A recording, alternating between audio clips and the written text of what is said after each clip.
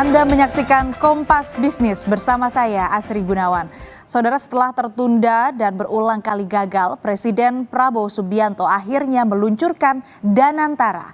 Badan Pengelolaan Investasi atau sederhananya adalah Super Holding ini diharapkan jadi katalis positif bagi ekonomi Indonesia. Presiden Prabowo Subianto bilang Danantara merupakan instrumen atau alat pembangunan nasional yang akan mengubah dan mengoptimalkan pengelolaan kekayaan Indonesia.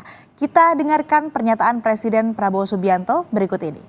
Danantara Indonesia bukan sekedar sebuah badan pengelola investasi, melainkan harus menjadi instrumen pembangunan nasional yang akan mengoptimalkan cara kita mengelola kekayaan Indonesia. Jangan salah, apa yang kita luncurkan hari ini bukan sekedar sebuah dana investasi, melainkan instrumen alat pembangunan nasional yang harus bisa mengubah cara kita mengelola kekayaan bangsa demi kesejahteraan seluruh rakyat Indonesia.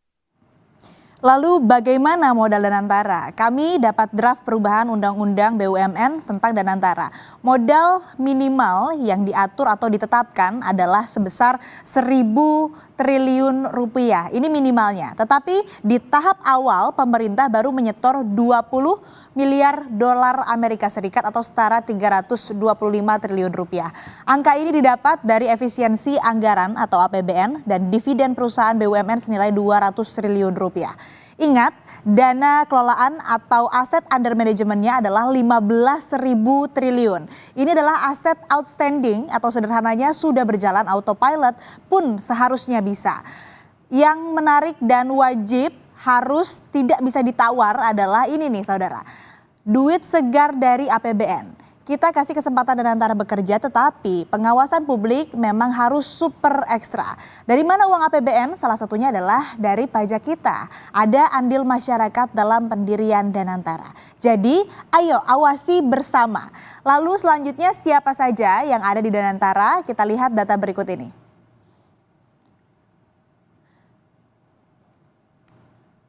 Nah, kalau ini merupakan bagaimana data kemudian Danantara yang aset-aset yang dileburkan ke dalam Danantara. Ada total kelolaan sebesar 900 miliar dolar Amerika Serikat, saudara. Kemudian apa saja yang dileburkan ke dalam Danantara?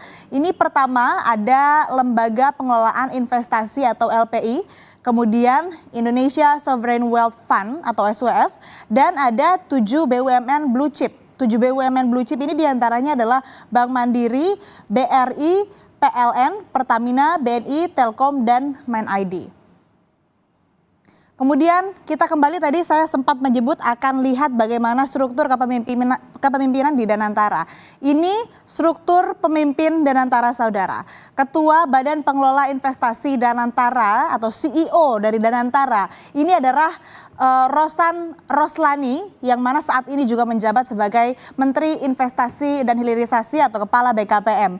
Yang mana saat ditunjuk untuk kemudian dimandati begitu ya menjabat sebagai Ketua BPI Danantara, Rosan Roslani ini tidak perlu mundur dari jabatannya sebagai Menteri Investasi dan Hilirisasi atau Kepala BKPM. Kita lihat ke bawahnya, ini ada 2 holding. Yang pertama holding investasi, ada CIO, ini dijabat oleh Pandu Syahrir yang merupakan backgroundnya pengusaha dan juga direktur Toba. Lalu di holding operasional atau COO ada Doni Oskaria yang juga merupakan wakil Menteri BUMN. Doni juga tidak diharuskan atau tidak harus mundur dari posisinya sebagai wakil Menteri BUMN meski sudah dimandati memegang di holding operasional BPI Danantara. Pemimpin Danantara yang masuk Kabinet Merah Putih yaitu Rosan Roslani tidak harus mundur dari jabatan sebagai Menteri Investasi dan Hilirisasi serta Kepala BKPM seperti yang tadi saya sebutkan. Pun Doni Oskaria sebagai Chief Operational Officer juga tidak perlu mundur dari jabatan Wakil Menteri BUMN. Nah inilah saudara yang juga akhirnya menjadi sorotan publik. Tetapi lebih dalam tentang rangkap jabatan ini akan Kompas Bisnis bahas besok lebih dalam lagi. Yang pasti kalau Pandu Syahrir ini adalah orang market, pernah ada di Bursa Efek Indonesia dan juga direktur salah satu emiten di bursa. Kita akan dengar terlebih dahulu saudara penjelasan kepala atau CEO Danantara, Rosan Roslani berikut ini. Pesan Bapak Presiden memang untuk memastikan bahwa tim yang dipilih adalah benar-benar tim yang harus profesional dan memang kompeten di bidangnya. Oleh sebab itu kami pun dalam menyusun tim kami ini dibantu oleh tim independen internasional dan juga nasional yang akan menyeleksi. Jadi mereka akan menyeleksi untuk pembentukan tim kami di segala level. Kemudian tentunya dengan bersama-sama dengan kami, tapi kita ingin benar-benar tim yang kompeten, yang sesuai dengan bidangnya dan tentunya mempunyai visi yang sama dengan kami untuk kemakmuran Indonesia. Lalu bagaimana struktur Danantara yang lebih besar? Bagannya ini ada di layar Anda. Bisa Anda lihat saudara, selain ada direksi, Danantara juga punya Dewan Pengawas. Ketuanya adalah Menteri BUMN Erick Thohir dan wakilnya adalah Mulyaman Hadad yang merupakan kepala Danantara sebelum Rosan. Kemudian ada Sri Mulyani sebagai anggota. Sebagai Dewan Penasihat ini adalah presiden sebelumnya yaitu Susilo Bambang Yudhoyono dan Joko Widodo. Presiden Prabowo Subianto bertindak sebagai Dewan Pembina. Dan saudara, usai jeda Kompas Bisnis akan kembali masih dengan ulasan mengenai emiten di bawah Danantara yang mayoritas terkoreksi setelah peluncuran Danantara bersama CEO Advisor Provina Visindo Praska Putrantio. Tetaplah bersama kami.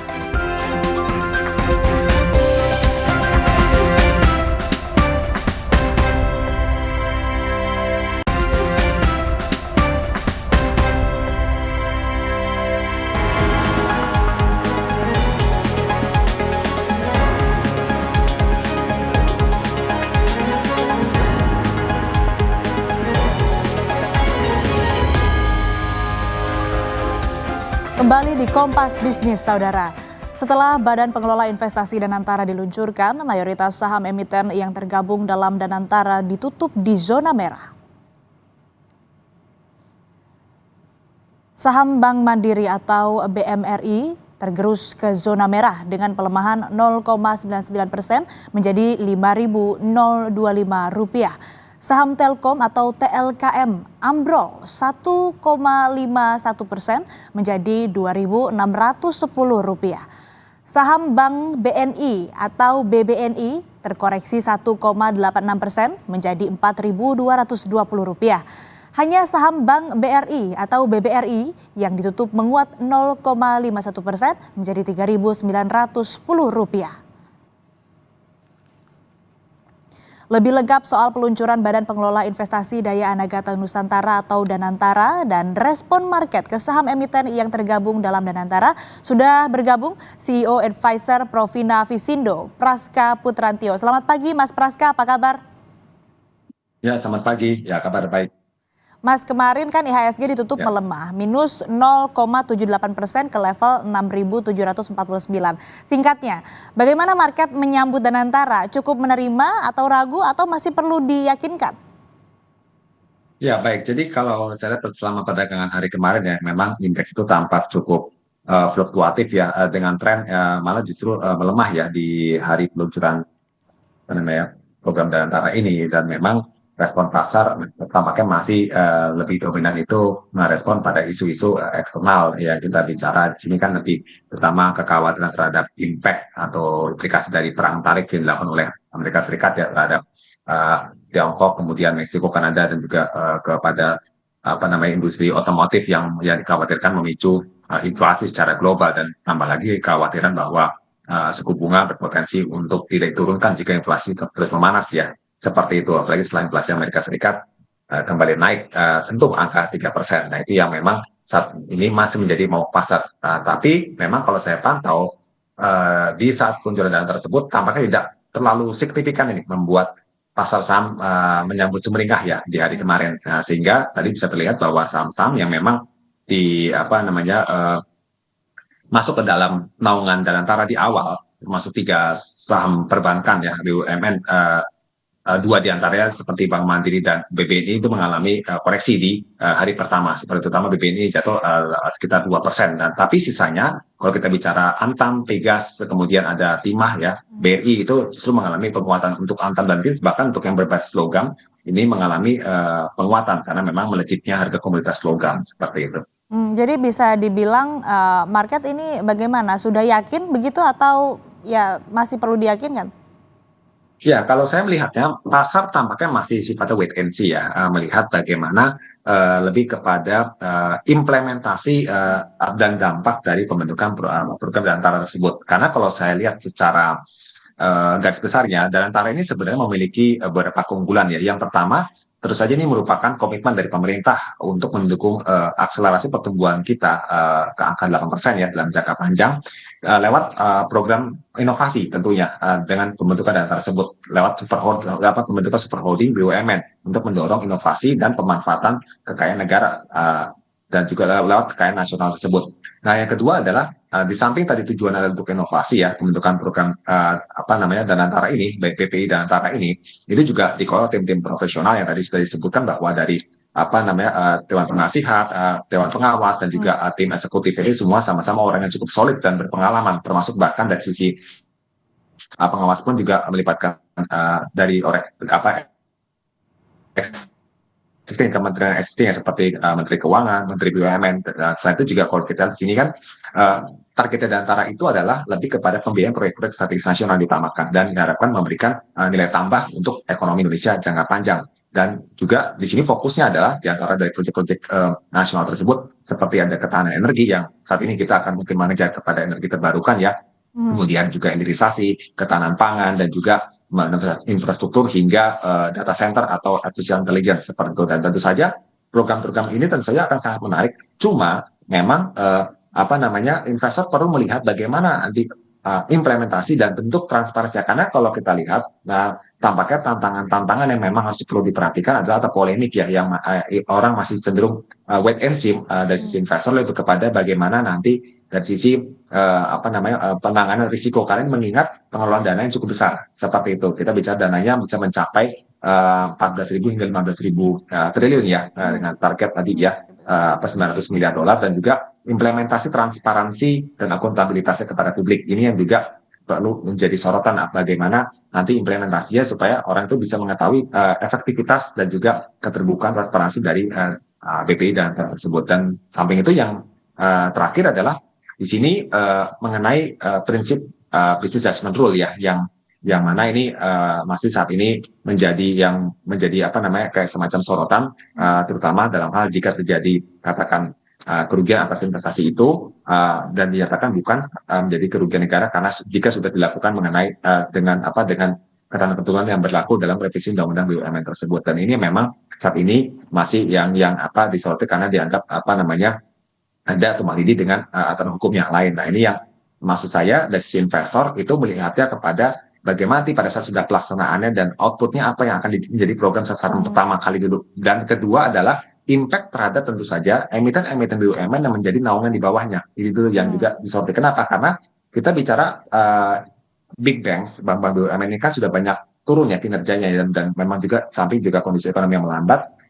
Harapannya dengan ada Danantara ini itu bisa kembali mengakselerasi tidak hanya pada performa sahamnya tapi juga kinerja keuangan dari BUMN itu sendiri karena kan pada akhirnya kan nanti penerimaan dari dana kelolaan Danantara itu sendiri kan juga berasal dari dividen BUMN itu sendiri ya, selain dari hasil efisiensi terhadap APBN kira-kira seperti itu.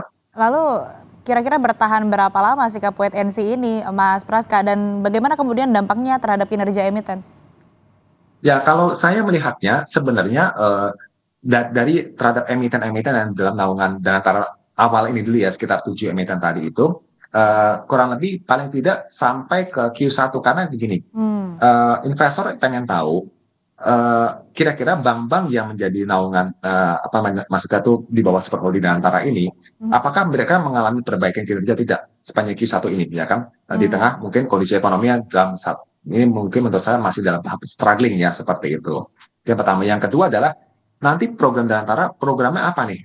Maksudnya proyek nasional akan dirilis ya menjadi target pembiayaan dan itu bagaimana peran dari apa namanya tim BUMN, maksudnya perusahaan BUMN di bawah naungan Danantara ini berkontribusi terhadap proyek-proyek tersebut seperti itu, sehingga orang bisa mengakses dengan Danantara ini, maka emiten yang terlibat di dalamnya, emiten BUMN khususnya ya, yang terlibat di dalamnya itu bisa mendapatkan nilai tambah lebih, sehingga investor asing terutama ya yang sudah banyak keluar juga dari sektor perbankan itu kembali bisa melihat kepercayaan lagi dan bisa kembali masuk, kira-kira seperti itu. Lalu Mas Praska, bagaimana Anda melihat gestur investor terhadap nama-nama pemimpin Danantara yang sekarang sudah ada? Rosan Roslani juga banyak memiliki emiten. Pandu Syahrir juga merupakan orang market, bahkan pernah di BEI dan juga Direktur Toba. Gimana Anda melihat ini, Mas Praska? Ya, kalau dari sisi profil ya, secara pengalaman, kualifikasi sudah cukup mumpuni. Investor bisa melihat rekam jejaknya. Hanya saja memang di sini sekali lagi yang dilihat adalah mungkin tadi disoroti ya kepada masih terjadinya rangkap jabatan yang nanti itu biasanya perlu diklarifikasi lagi, dan sisi plus minusnya ya, pro kontra seperti apa. Dan yang kedua adalah nanti bagaimana bisa dikatakan ke arah implementasinya, realisasinya dengan orang-orang yang sudah ditunjuk tersebut, apakah sesuai dengan harapan atau tidak. Karena harapannya adalah dengan adanya Danantara ini, harapannya emiten BUMN yang saat ini sedang lesu itu bisa kembali bisa kembali bersinar, seperti terutama dari sektor perbankan, kita bicara juga dari kita bicara konstruksi contohnya misalnya, dan juga dari sektor-sektor yang lain, diantaranya seperti pertambangan logam dan mineral, termasuk juga migas, kira-kira seperti itu. Oke, artinya kita juga untuk market atau bagaimana kemudian investor dan market begitu melihat emiten-emiten yang ada di bawah Danantara ini. Tadi kalau kata Mas Praska ini menunggu sekiranya sampai Q1 begitu ya, bagaimana kinerjanya untuk kemudian karena masih kalau bisa dibilang masih struggling. Jadi wait and see, tapi ya harapannya juga dengan adanya Danantara tentu apa yang diinvestasikan atau aset-aset yang dikelola oleh Danantara ini bisa berdampak baik terhadap pertumbuhan ekonomi Indonesia. Terima kasih Mas Praska Putrantio telah bergabung bersama kami di Kompas Bisnis. Saya selalu, Mas. Terima kasih.